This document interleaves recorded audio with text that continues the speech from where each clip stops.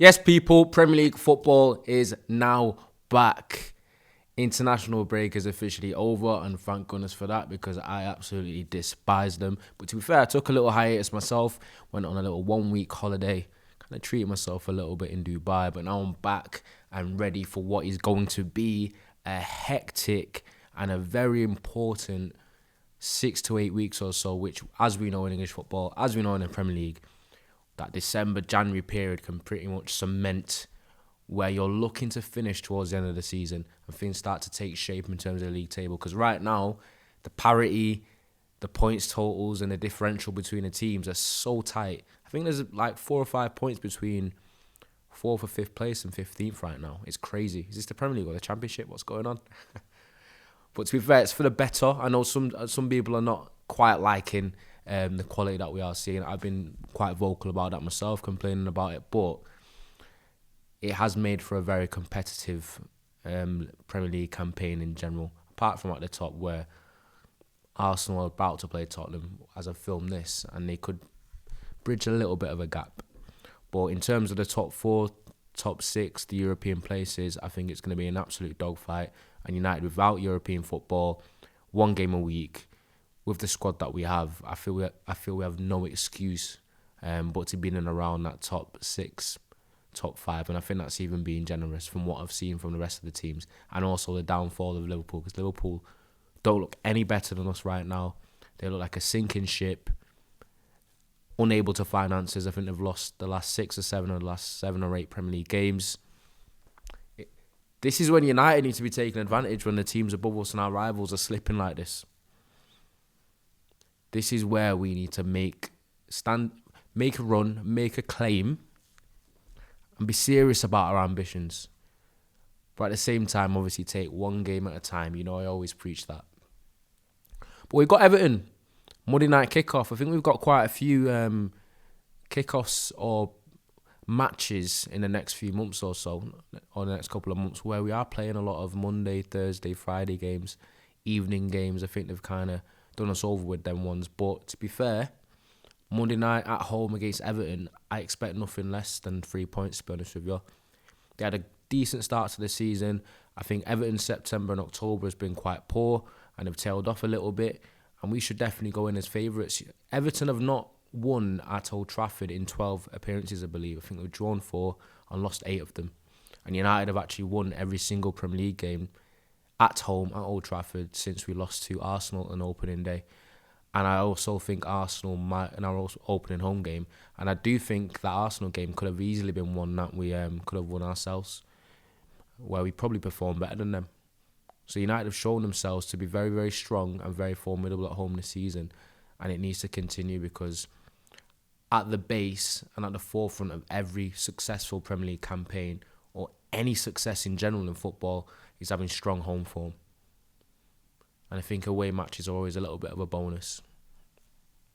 Because for me, as I've said, but the only issue that we do have is that United have, even with our good run of form, we're currently unbeaten in 5 games. Obviously, we've drawn the last 2 against Forest and Tottenham.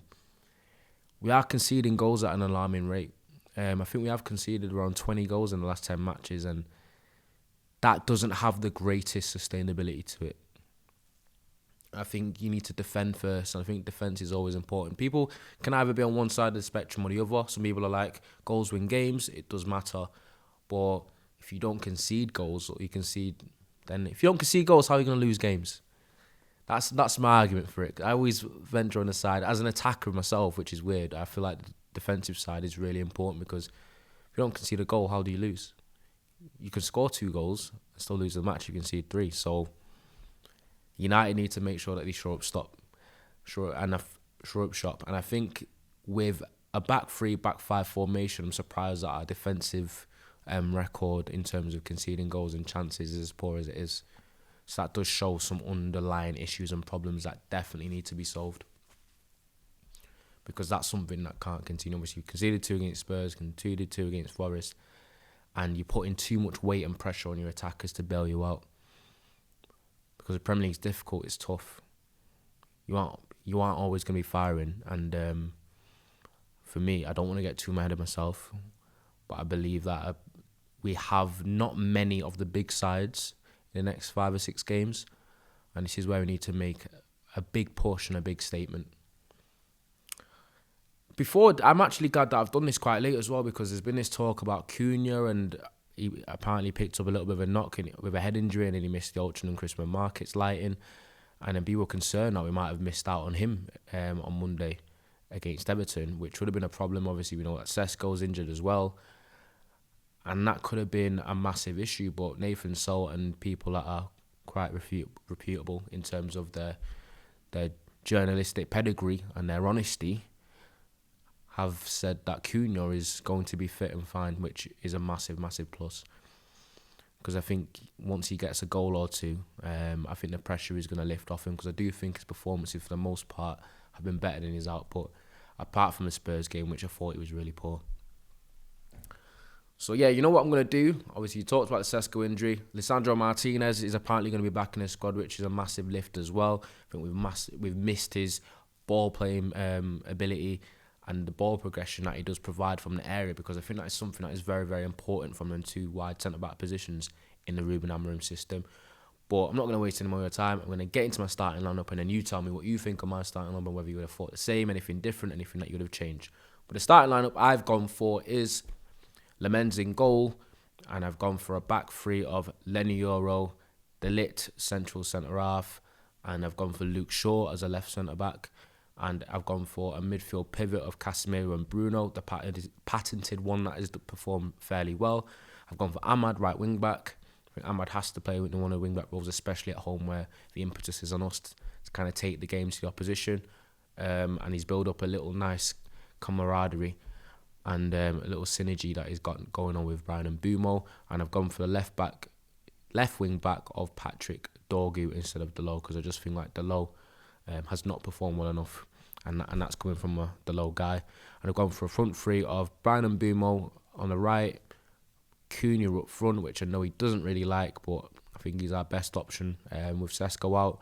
And I've gone for Mason Mount as on the left, who for all his kind of issues with his output and his goals, I think he's only got 3 assists for United since he's arrived.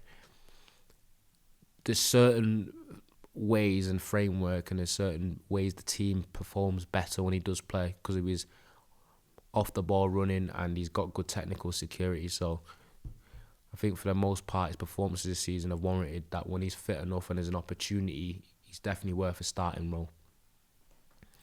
And I think that is a team that is strong enough and good enough to get the job done. The only problem that we do have is obviously our strength in depth in terms of our subs bench is quite poor. Obviously, you've got Xerxes, who he doesn't fancy. Ugarte, who has probably one of the worst plus-minuses in the league.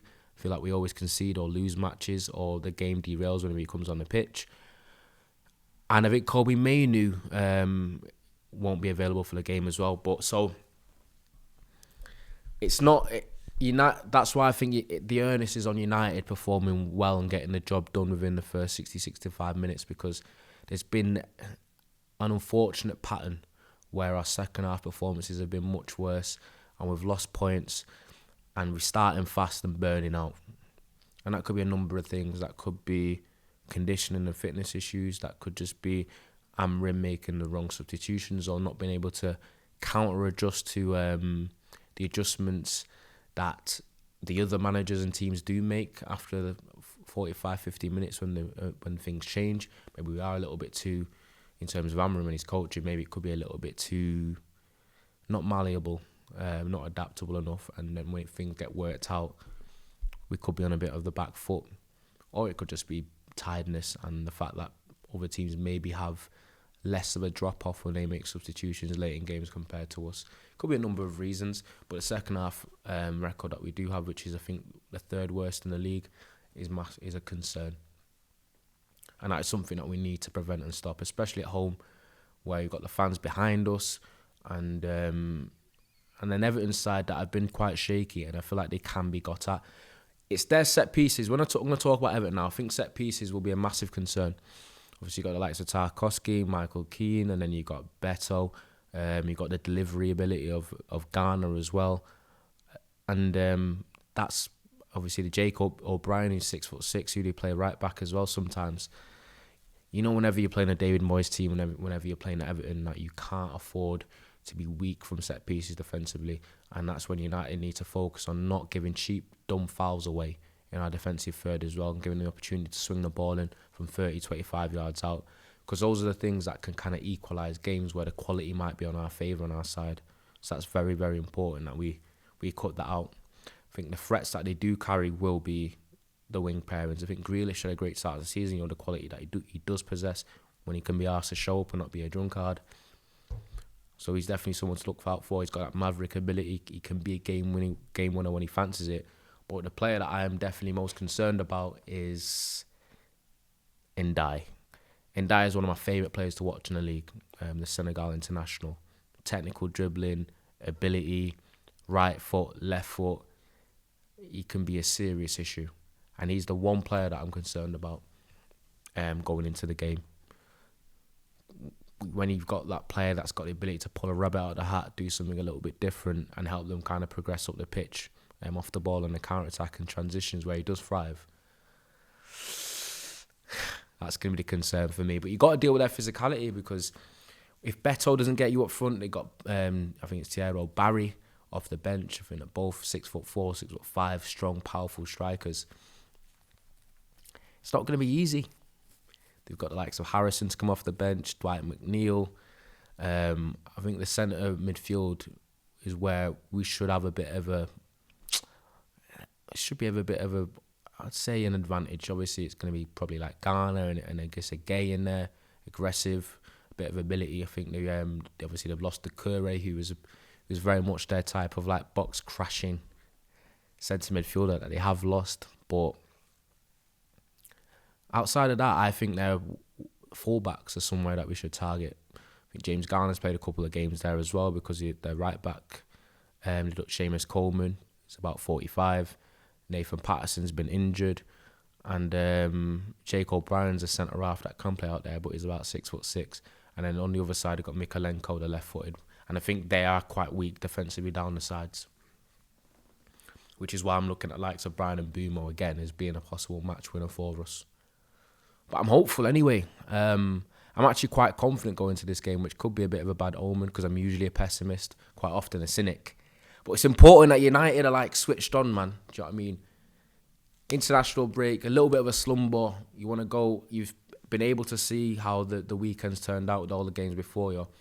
And you've got that incentive of knowing where you could end up and where you could place if you get a result. And I don't want to be dropping points to these, especially the record that we have at home, the poor record that Everton have at Old Trafford. I think they've only won twice there in the whole Premier League era. Everything points towards 3 points, doesn't it? But United are never going to make anything easy. But I'll catch you after the game anyway with a review. I'm back now, back on the grind after a little bit of a break. Forgive me for that one. But remember to like, comment, subscribe if you're new. And I will see you next time. Bye.